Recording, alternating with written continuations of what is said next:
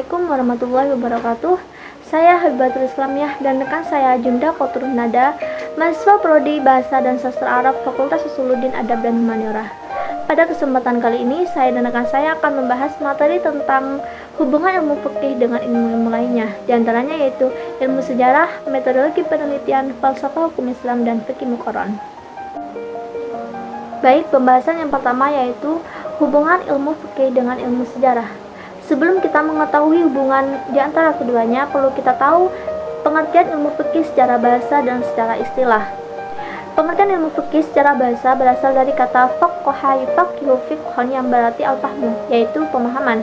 Sedangkan secara istilah yaitu al-ilmu bil ahkam syar'iyyah al-amaliyah al-muktasab min adillatiha at-tafsiliyah, yaitu ilmu tentang hukum-hukum syariat yang bersifat amali yang digali dari dalil-dalil terperinci. Lalu apa sih ilmu sejarah itu? Ilmu sejarah merupakan gambaran tentang peristiwa-peristiwa masa lampau yang dialami oleh manusia. Disusun secara ilmiah, meliputi urutan waktu, diberi tafsiran dan analisa kritis sehingga mudah dimengerti dan dipahami. Sejarah memiliki 3 dimensi, yaitu masa lalu, masa kini, dan kemungkinan-kemungkinannya masa yang akan datang. Untuk mengetahui bagaimana ilmu fikih di masa lalu, di masa sekarang, dan bagaimana ilmu fikih itu di masa-masa yang akan datang, maka itu semua perlu ditelusuri dengan yang namanya ilmu sejarah. Masa lalu dan masa sekarang memberikan data dan fakta. Dengan fakta ini maka dicari latar belakangnya serta ditelusuri kandungan maknanya sehingga ditemukan benang merahnya, yaitu semangat dari ilmu fikih itu sendiri. Pada khususnya berlaku sepanjang masa.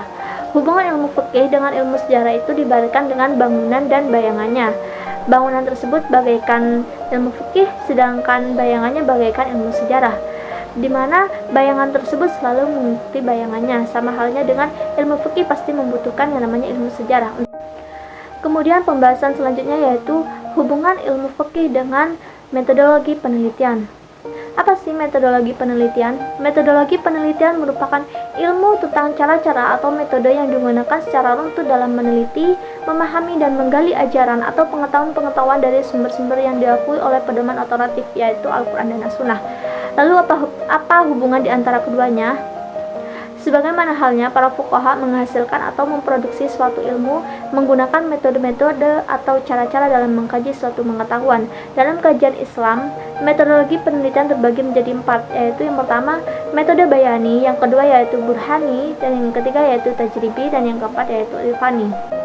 Metode bayani merupakan suatu metode penelitian untuk menemukan ilmu dengan melalui usaha memahami, mempelajari, dan mengkaji penjelasan dari nas-nas Al-Quran dan As-Sunnah untuk menangkap pesan-pesan yang terdapat di dalamnya. Kemudian yang kedua yaitu metode burhani. Metode burhani merupakan suatu metode penelitian atau penemuan ilmu yang mengandalkan kemampuan berpikir logis dengan kaidah-kaidah tertentu yang disusun secara runtut dan sistematis.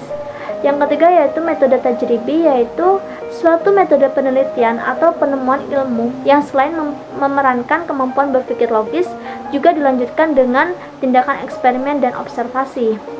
Yang terakhir yaitu metode irfani, suatu metode penelitian atau penemuan ilmu yang mengandalkan at-taqarrub ilallah atau al-ittisal bi alaih.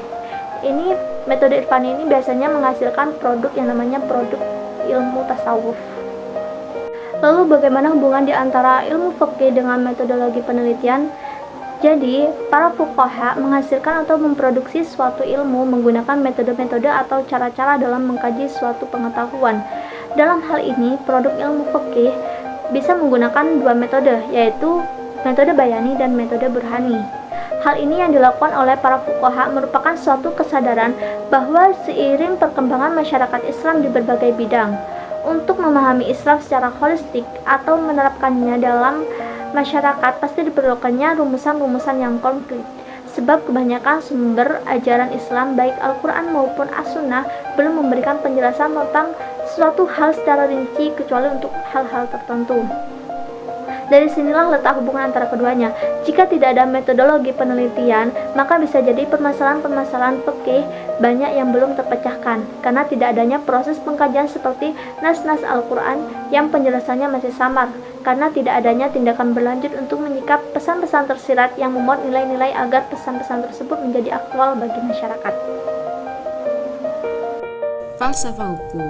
Ilmu fikih berkaitan erat dengan falsafah hukum, khususnya falsafah hukum Islam, yaitu satu falsafah tentang syariah Islam yang membuahkan pengertian, pengenalan, pengetahuan, dan penghayatan terhadap makna, kegunaan, kaidah-kaidah, dan aturan-aturan syariah untuk mengatur kehidupan manusia sehingga menggerakkan untuk melaksanakan syariah sebagai dasar di dalam kebijaksanaan hidup.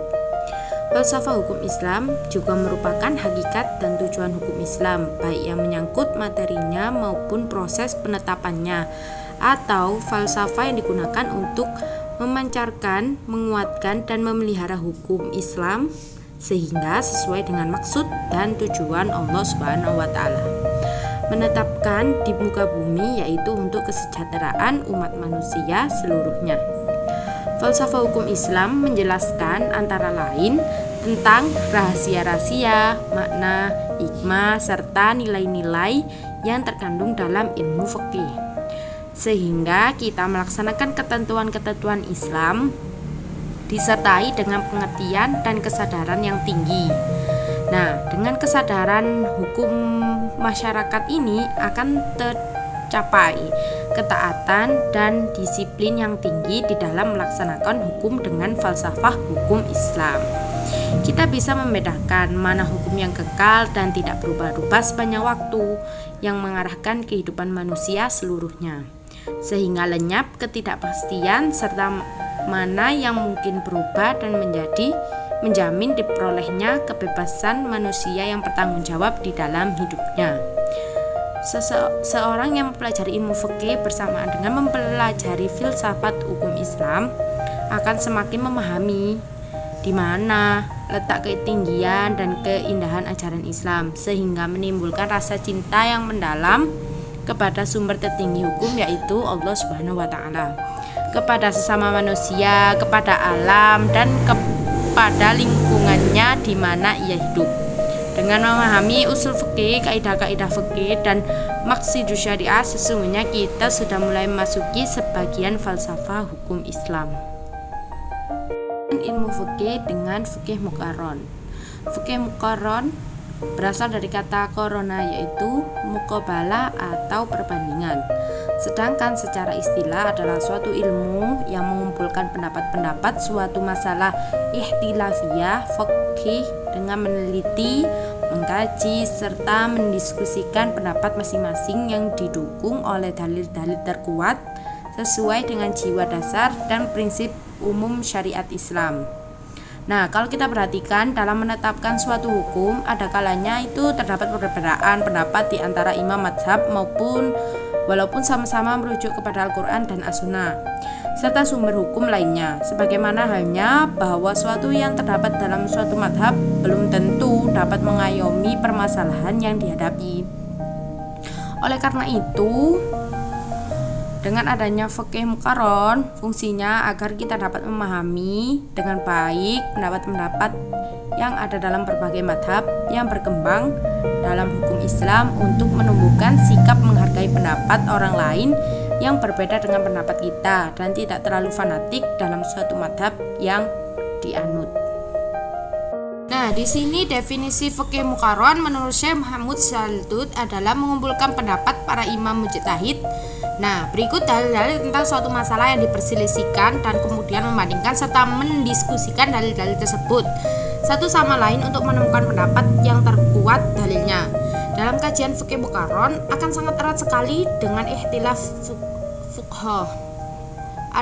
Adapun sebab-sebab ikhtilaf tersebut adalah sebagai berikut: perbedaan pemahaman tentang lafadz nas, perbedaan dalam masalah hadis, perbedaan dalam pemahaman dan penggunaan kaidah-kaidah lughawiyah nas, perbedaan dalam mentarjihkan dalil-dalil yang berlawanan, perbedaan tentang qiyas, perbedaan dalam penggunaan dalil-dalil hukum, perbedaan dalam masalah nas, perbedaan dalam pemahaman illat hukum.